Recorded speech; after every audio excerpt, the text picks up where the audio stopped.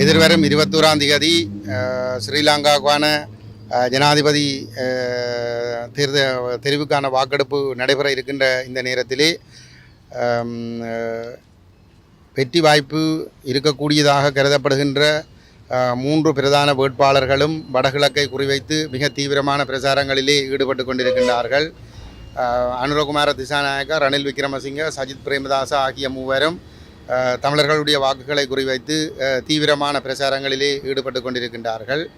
அதே நேரத்திலே இந்த 3 பேரோடும் நெருக்கமாக பணியாற்றிய தமிழ் தேசிய கூட்டமைப்பு சார்ந்த அரியநேத்திரனும் பொது வேட்பாளர் என்ற போர்வையிலே இங்கே ஜனாதிபதி வேட்பாளராக களமிறங்கி இருக்கின்றார். இந்த வேளையிலே தமிழ் தேசிய மக்கள் முன்னணியினராகிய நாங்கள் எங்களுடைய மக்களை நோக்கி இந்த தேர்தலை புறக்கணிக்க வேண்டும் என்ற கோரிக்கையை முன்வைத்து நாங்கள் பிரச்சாரங்களிலே நாங்கள் ஈடுபட்டு கொண்டிருக்கின்றோம். குறிப்பாக இந்த வெற்றி வாய்ப்புள்ள பிரதான வேட்பாளர்கள் 3 பேரிடமும் கடந்த 2 வருடங்களாக நாங்கள் இடைவிடாது மிக தீவிரமான கோரிக்கைகளை நாடாளுமன்றத்திலே நாங்கள் முன்வைத்திருந்தோம்.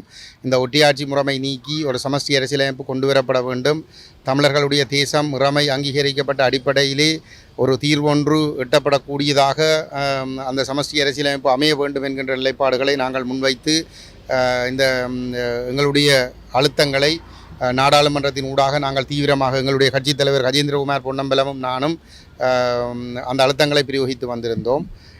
ஆனாலும் கூட இந்த தேர்தல் அறிவிக்கப்பட்டிருந்த நிலையில் நாங்கள் மற்றவர்கள் பிரச்சாரங்களை ஆரம்பிப்பதற்கு முன்னதாகவே நாங்கள் இந்த தேர்தல் புறக்கணிப்பு என்ற நிலைப்பாட்டை எடுத்து நாங்கள் இந்த துண்டு பிரசுரங்களை கூட மக்கள் மத்தியிலே விநியோகிக்க ஆரம்பித்திருந்தோம்.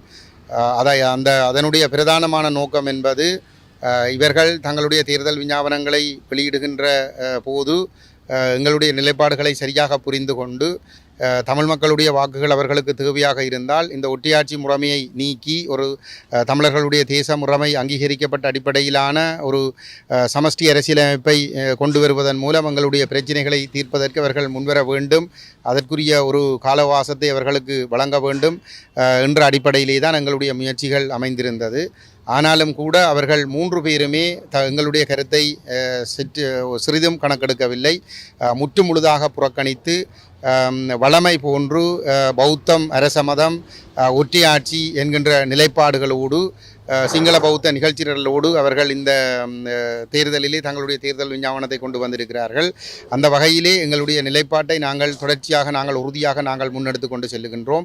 எங்களுடைய மக்களிடம் தொடர்ந்தும் உறுதியாக கேட்டுக்கொள்கின்ற விடயம் இந்த ஜனாதிபதி தேர்தலை தமிழர்கள் முற்று முழுதாக புறக்கணிக்க வேண்டும். ஏனென்று சொன்னால் இந்த இது சிங்கள பௌத்த பேரினவாத அரசுக்கான தலைவரை தெரிவு செய்கின்ற ஒரு தேர்தல். இந்த சிங்கள பௌத்த பேரினவாத அரசில் தமிழர்களுக்கு எந்த விதமான இடமும் இல்லை. இது சிங்கள மக்களுக்கான தலைவரை தெரிவு செய்கின்ற தேர்தல். ஆகவே இதை நாங்கள் முற்று முழுதாக புறக்கணிப்பதன் மூலம் நாங்கள் இளைஞர்கள் என்ற அடையாளத்தை நிராகரிக்கிறோம் என்கின்ற ஒரு செய்தியை சொல்வதோடு எதிர்காலத்திலேனும் இவர்கள் எங்களுடைய கோரிக்கைகளை ஏற்று இந்த ஒட்டியாட்சி முறைமையை ஒழித்து தமிழர்களுடைய தேசம் முறைமை சுயநிர்ணய உரிமை அங்கீகரிக்கப்பட்ட அடிப்படையிலான ஒரு அரசியல் தீர்வுக்கு, ஒரு சமஷ்டி அரசியல் தீர்வுக்கு அவர்களை வர செய்ய வேண்டுமாக இருந்தால் தமிழர்கள் இதை தொடர்ந்து புறக்கணிக்க வேண்டும். ஆகவே தேர்தல் நெருங்கி வருகின்ற வேளையிலே இவர்களுடைய இந்த அற்ப சொற்ப சலுகைகளுக்காக, இந்த சம்பள உயர்வு, அந்த சலுகை, இந்த சலுகை என்று சொல்லப்படுகின்ற இந்த அற்ப சொற்ப சலுகைகளுக்காக இவர்களுக்கு வாக்களிக்காமல் உங்களுடைய நீண்ட எதிர்காலத்தை கருத்தில் கொண்டு இதனை நீங்கள் முற்று முழுதாக புறக்கணிக்க வேண்டும் என்று கேட்டுக்கொள்கிறோம். நேற்றைய தினம் கூட ஊடகங்களிலே செய்தி வெளிவந்திருக்கிறது. இந்த தையட்டி விகாரை காணிகள் மிக இரகசியமான முறையிலே பொதுமக்களுக்கு தெரியாமல் அளவீடு செய்யப்பட்டிருக்கின்றது. சேவையர் நில அளவை அத்தியட்சகர், இலங்கையினுடைய நில அளவை அத்தியட்சகருடைய கையொப்பத்தோடு அந்த அளவீட்டு நடவடிக்கைகள் பூர்த்தி செய்யப்பட்டிருப்பதாக ஊடகங்களிலே செய்திகள் வெளிவந்திருக்கிறது. இது ரணில் விக்ரமசிங்க தலைமையிலான இந்த அரசாங்கத்தினால் இந்த செயல்பாடு முன்னெடுக்கப்பட்டிருக்கின்றது. இதற்கு அனுரகுமார திசாநாயக்காவும் பொறுப்பேற்க வேண்டும், சஜித் பிரேமதாசாவும் இதற்கு பொறுப்பேற்க வேண்டும். ஏனென்று சொன்னால் இந்த 4 வருடங்களிலே தமிழர் தேசத்துக்கு எதிரான இவ்வாறான கட்டமைப்பு சார் நிலைப்பு செயல்பாடுகள் முன்னெடுக்கப்படுகின்ற பொழுது இவர்கள் நாடாளுமன்றத்தில் இருந்தவர்கள் எந்த ஒரு சந்தர்ப்பத்திலும் இந்த செயல்பாடுகளை இவர்கள் எதிர்க்கவில்லை. முற்றுமுழுதாக இந்த செயல்பாடுகளுக்கு உறுதுணையாகவே இருந்து வந்திருக்கிறார்கள். நாங்கள் சர்வதேச அளவிலே சென்று இந்த கட்டமைப்பு சார் இனஅழிப்பு செயல்பாடுகள் நடைபெறுகிறது, சிங்கள பௌத்தமயமாக்க நடைபெறுகிறது என்கின்ற செயல்பாடுகளை நாங்கள் முன்வைத்து அந்த குற்றச்சாட்டுகளை முன்வைத்து ஒரு சர்வதேச நெருக்கடியை ஏற்படுத்த முயன்ற சந்தர்ப்பங்களில் எல்லாம் இந்த அனுரகுமார திசாநாயக்கவாக இருக்கலாம், சஜித் பிரேமதாசாவாக இருக்கலாம், இந்த ரணில் அரசுக்கு முண்டு கொடுக்கின்ற விதமாக கண்ட்ரி ஃபர்ஸ்ட் என்ற அடிப்படையிலே தான் அவர்கள் சர்வதேச சமூகத்தை நோக்கி தங்களுடைய கருத்துக்களை முன்வைத்திருந்தார்கள். அவர்கள் மட்டுமல்ல, இந்த சுமந்திரன், சம்பந்தன் அவர்களுடைய தலைமையில் அந்த வீட்டு சின்னத்தில் இருந்த 10 நாடாளுமன்ற உறுப்பினர்கள், ஸ்ரீதரனாக இருக்கலாம் அல்லது ஏனைய நாடாளுமன்ற உறுப்பினர்களாக இருக்கலாம், செல்வம் அடைக்கல்நாதன், சித்தார்த்தன் போன்ற அனைவருமே நாடு முதன்மை என்ற அடிப்படையிலே தான் அவர்கள் இந்த சர்வதேச சமூகத்தை நோக்கி கருத்துக்களை முன்வைத்து இந்த பொருளாதார நெருக்கடியில் இருந்து மீட்டெடுப்பதற்கு IMF-இடமிருந்து நிதியுதவிகளை பெற்றுக்கொள்வதற்கு ரணில் விக்ரமசிங்கவுக்கு முழு உதவிகளையும் செய்து கொண்டிருந்தார்கள். ஆகவே இந்த தேர்தலுக்காக யாழ்ப்பாணத்தில் அவர் வாக்கு கேட்டுக்கொண்டிருக்கிற நேரத்திலேயே இந்த தையிட்டி விகாரை காணிகள் சட்டவிரோதமாக அளவீடு செய்யப்பட்டிருக்கிறது. இதில் மாவட்ட அரசாங்க அதிபருக்கும் அவரும் உடந்தையாக இருந்திருக்கிறாரா என்ற ஒரு கேள்வி, அல்லது தெல்லிப்பளை பிரதேச செயலாளர் அதுக்கு உடந்தையாக இருந்திருக்கிறாரா என்ற ஒரு கேள்வியும் இருக்கிறது. ஆனால் இதற்கு அரசியல் தரப்புகள் பொறுப்பு கூற வேண்டும். இந்த ரணில் அரசுக்கு பொருளாதார நெருக்கடியில் இருந்து மீண்டெழுவதற்கு வாய்ப்பு கொடுத்த தமிழரசு கட்சி, டெலோ புலட் போன்ற தரப்புகள் இந்த தையிட்டி விகாரை காணி அபகரிப்புக்கு முழு பொறுப்பையும் கூற வேண்டும். இவர்களுடைய முழுமையான ஒத்துழைப்போடு தான் ரணில் விக்ரமசிங்கே இந்த பொருளாதார நெருக்கடியில் இருந்து மீண்டெழுந்திருக்கிறார். அந்த வகையில் இந்த நிதியுதவியை திரட்டி கொடுத்தவர்கள் கூட்டமைப்பு தமிழரசு கட்சியினுடைய வீட்டு சின்னத்திலே பாராளுமன்றத்தில் இருந்த 10 உறுப்பினர்களும் விக்னேஸ்வரனுக்கும் அதிலே பெரிய பங்கு இருக்கிறது. ஆகவே இவர்கள் எல்லோரும் இந்த வேளையில் அரியநேத்திரன் தமிழரசு கட்சியினுடைய மத்திய குழு உறுப்பினராக இருந்து தமிழரசு கட்சியினுடைய வீட்டு சின்னத்திலே போட்டியிட்டு வெற்றி பெற்ற 10 பாராளுமன்ற உறுப்பினர்களும் அரசுக்கு சார்பாக இந்த சிங்கள பௌத்த மயமாக்கல்களுக்கு உடந்தையாக இருந்து செயல்பட்டமைக்கு முழு பொறுப்பையும் கூற வேண்டும். அவர் எந்த ஒரு இடத்திலும் இந்த தமிழரசு கட்சியினுடைய மத்திய குழு பொறுப்பில் இருந்து அவர் விலகி இருக்கவில்லை. இந்த கணம் நான் உங்களோடு இந்த ஊடக சந்திப்பை செய்து கொண்டிருக்கின்ற இந்த கணம் வரைக்கும் அரியநேத்திரன் தமிழரசு கட்சியினுடைய மத்திய குழுவிலிருந்து அல்லது கட்சியிலிருந்து தான் விலகுவதாக தான் அறிவித்திருக்கவில்லை. மத்திய குழு சுமந்திரன் போன்றவர்கள் அவரை இடைவே நிறுத்தியிருப்பதாக சொல்லியிருந்தாலும் கூட அரியநேத்திரன் தான் தமிழரசு கட்சியினுடைய தவறுகளுக்காக மன்னிப்பு கூறி அந்த கட்சியிலிருந்து விலகுவதாக இதுவரைக்கும் அறிவித்திருக்கவில்லை. மாறாக அவர் இந்த ஒற்றையாட்சிக்குள் ஏக்கியராட்சி என்ற அடிப்படையில் தீர்வை ஏற்றுக்கொள்வதற்கு அவரும் மத்திய குழுவிலிருந்து முடிவுகளை எடுத்து சம்பந்தன் சுமந்திரனோடு சேர்ந்து அந்த தீர்வுகள் தயாரிக்கப்படுகின்ற பணிகளுக்கு தமிழரசு கட்சியாக முழுமையாக ஒத்துழைத்திருந்த ஒருவர். ஆகவே தமிழ் மக்கள் இவர்களை நம்பி ஏமாற வேண்டாம் என்று நாங்கள் கேட்டுக்கொள்ளுகின்றோம். முற்று முழுதாக இந்த தேர்தலை புறக்கணிக்க வேண்டும் என்று நாங்கள் கேட்டுக்கொள்கிறோம். என்னை பொறுத்தவரையிலே இது திடீரென நடைபெற்ற ஒரு சந்திப்பாக கருத முடியாது. இவர்கள் எங்களுடைய புரிதலின்படி இந்திய 2022ஆம் ஆண்டு இந்த பொருளாதார வீழ்ச்சிக்கு பின்னர் ரணில் விக்ரமசிங்கே அதிகாரத்துக்கு வருவதற்கு இந்திய மேற்கு நாடுகள், அமெரிக்க தரப்புகள் முற்று முழுதாக பின்புலத்திலே நின்று செயல்பட்டிருந்தார்கள். ரணில் விக்ரமசிங்கே அந்த பதவியை ஏற்றி ஒரு வாரத்திற்குள் வரிசை நெருக்கடிகள் எல்லாம் நிறுத்தப்பட்டு ஆர்ப்பாட்டங்கள் எல்லாம் கட்டுப்படுத்தப்பட்டு மிக வேகமாக அந்த மக்களுடைய அன்றாட பிரச்சனைகள் தீர்க்கப்படுகின்ற அளவுக்கு இந்திய மேற்கு நாடுகள் அவருக்கு உதவிகளை செய்திருந்தார்கள். ஏனென்று சொன்னால் அவர் இந்திய மேற்கு நாடுகளுக்கு வேண்டப்படுகின்ற அனைத்து விதத்திலும் ஒத்துழைப்பு தரக்கூடியதாக அந்த சகல விதமான ஒப்பந்தங்களை செய்வதற்கும் இந்திய மேற்கு நலன்களை பேணுவதற்கும் சீனாவை கட்டுப்படுத்துவதற்கும் பரிபூரணமாக ஒத்துழைக்கின்ற ஒருவராக இருந்தபடியால் மிக வேகமாக அந்த வரிசைகள் கட்டுப்படுத்தப்பட்டு அவருடைய ஆட்சி பலப்படுத்தப்பட்டது. கிட்டத்தட்ட 5-6 பில்லியன்கள் அவசரமாக அவருக்கு அந்த காலப்பகுதியிலே உதவிகளாக வழங்கப்பட்டிருக்கின்றன. இது ரணில் விக்ரமசிங்கே மீது மேற்கொள்ளப்பட்ட ஒரு முதலீடு. இந்திய மேற்கு தரப்புகள் எதிர்காலத்திலே அவரை அதிகாரத்திலே தூக்கி நிறுத்துவதற்காக மேற்கொண்ட முதலீடுகள். இப்பொழுது ஆனாலும் கூட சிங்கள மக்கள் மத்தியில் அவருக்கு எவ்வளவு தூரம் செல்வாக்கு வளர்ந்திருக்கிறது என்பது சற்று கேள்வியாகத்தான் இருக்கிறது. இத்தகைய ஒரு சூழலிலே முதலாவது இந்திய மேற்கு தரப்பினுடைய விருப்பமாக ரணில் விக்ரமசிங்கே வெல்ல வேண்டும் என்பதாக இருந்தாலும் கூட, ஆனால் ரணிலுடைய கலந்த காலம் காரணமாக சிங்கள மக்கள் ஏற்கனவே வெறுத்தொதி இருக்கிற நிலைமையிலே மீண்டும் இவ்வளவு தூரம் சிங்கள மக்கள் அவரை ஏற்றுக்கொள்ளப் போகிறார்கள் என்பது தொடர்பாக ஒரு சந்தேகம் இவர்கள் மத்தியிலே இருக்கின்றது. இந்த இடத்திலே தமிழ் தரப்பு ரணிலோடு மட்டும் நின்று கொண்டால் வேறொரு தரப்பு வெற்றி பெற்றால் அது இந்தியாவுக்கும் இவர்களுக்கும் புதிதாக வரப்போகிறவருக்கும் இடையிலான ராஜேந்திர உறவுகளை பாதிக்கும் என்கின்ற ஒரு அச்சமும் அவர்களிடம் இருக்கின்றது. ஆகவே எல்லா பக்கங்களிலும் தங்களுடைய முகவர்களை நிறுத்தி வைப்பதன் மூலமாக ஒருவர் ஒரு குழுவை வைத்துக்கொண்டு சுயேட்சை என்ற பெயரிலே பொது வேட்பாளர் என்ற பெயரிலே அரியநேந்திரனை நிறுத்தியிருக்கிறார்கள்.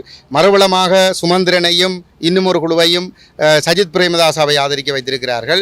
இப்பொழுது மாவை சீனாதிராசா அவருக்கு ரணில் விக்ரமசிங்கவை கூப்பிட்டு பொன்னாடை போர்த்தி நீங்கள் வெற்றி பெற வேண்டும் என்று ஆசி வழங்கி வாழ்த்து தெரிவித்திருக்கிறார் என்று சொன்னால் தங்களுடைய அந்த இரகசிய நகர்வுகளை புரிந்து கொள்ளாமல் இருக்கவும் அதே நேரத்திலே ரணில் விக்ரமசிங்கவை வெற்றி பெற வைப்பதற்கான முயற்சிகளும் இங்கே நடைபெற்று கொண்டிருக்கின்றது. ஆகவே இதனை எங்களுடைய மக்கள் தெளிவாக புரிந்து கொள்ள வேண்டும். இந்த பொது வேட்பாளர் தரப்புக்கும் சுமந்திரன் அணிக்கும் மாவை அணிக்கும் இடையில் எந்த விதமான வேறுபாடுகளும் இல்லை. இவர்கள் எல்லோரும் ஒரே திட்டமிட்ட நிகழ்ச்சிகளிலே செயல்பட்டு கொண்டிருக்கின்றார்கள்.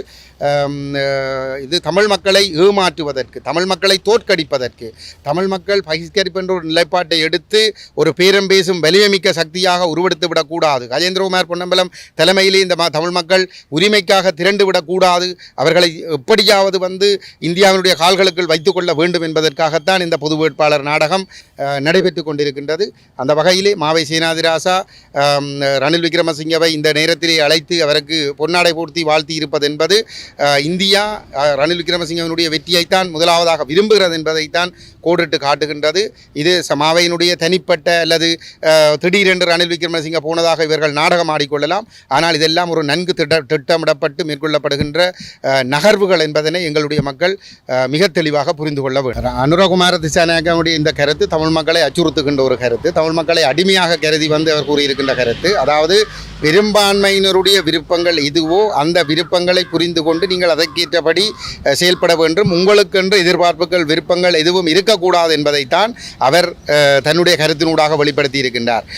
நான் நினைக்கின்றேன், உங்களுக்கு நினைவிருக்கலாம், இந்த போர் இறுதிக்கட்டங்களில் இருந்து கொண்டிருந்த பொழுது ஒரு சந்தர்ப்பத்திலே அல்லது போர் முடிந்த பிற்பாடு ஒரு சந்தர்ப்பத்திலே சரபொன்சிகா கூறியிருந்தார், இந்த சிங்கள பௌத்த அந்த மரத்திலே படர்ந்துகின்ற கொடிகள்லாம் தமிழர்கள் என்று சொல்லி அதாவது என்னென்னு சொல்லிச்சுன்னா நாங்கள் தங்களுடைய ஒரு அடிமைகள் என்பது போன்ற ஒரு கருத்தை தான் கூறியிருந்தார்.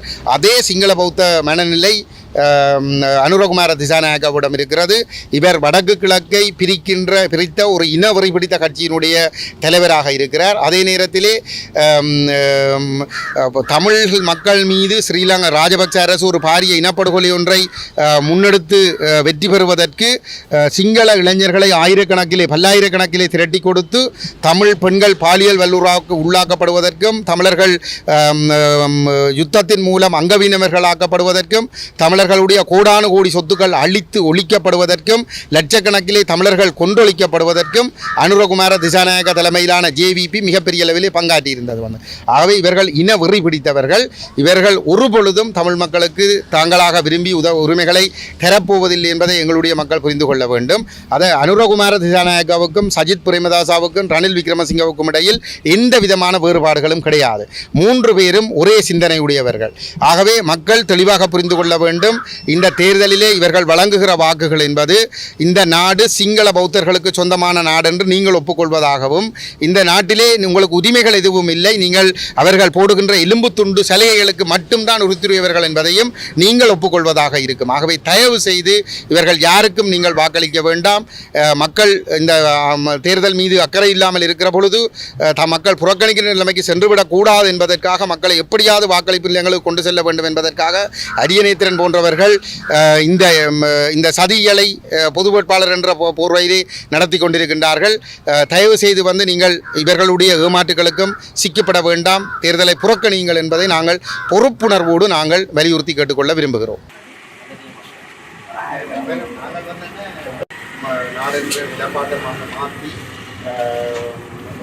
ஒரு சமஸ்தி அரசியலமைப்பை கொண்டு வருவோம் என்றதை உங்களுடைய தேர்தல் ஞாபகத்தில் வெளியிடுவோம் என்று கேட்டுறாங்க. ஆனால் அவர் அதுக்கு தயாராக அதெல்லாம் புறக்கணிக்கிறோம். நாங்கள்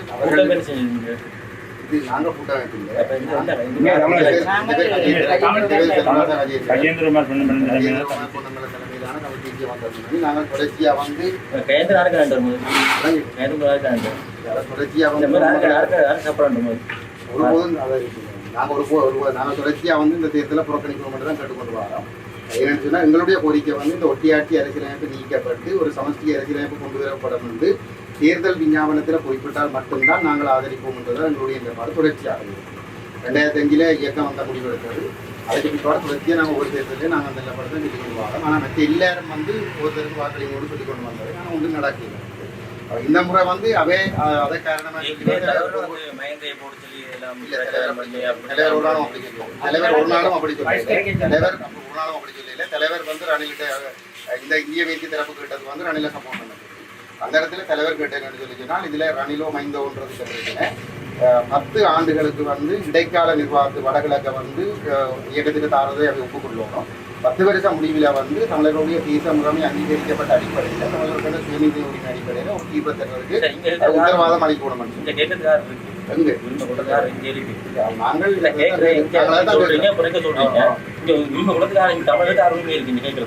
நாங்கள் அதை கேட்கிறோம். நாங்கள் கேட்கிறோம் இந்த வேட்பாளர்கள்கிட்ட.